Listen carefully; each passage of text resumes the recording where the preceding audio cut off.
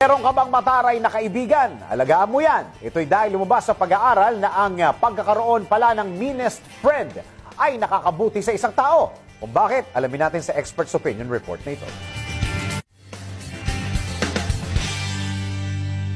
May kaibigan ka bang sobrang kulit at masungit na minsan nakakainis na't palagi kang nahuhusgahan dahil sa kanya?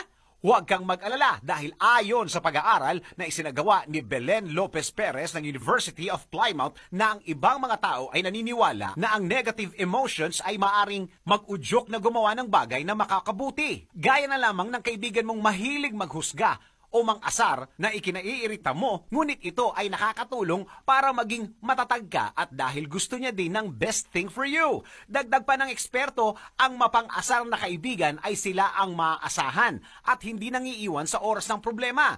Minsan, ang pagiging malupit ang siyang kailangan ng isang tao para mapatunayan kung mananatili sa oras ng pangangailangan. Batay sa survey na ginawa ni Perez, majority ng respondents ay nagpahayag na mas maaasahan ng mean friends nila sa oras ng kagipitan. Kaya payo ng mga eksperto, kapag may ganito kang kaibigan, pahalagahan mo sila dahil sila yung mga totoo.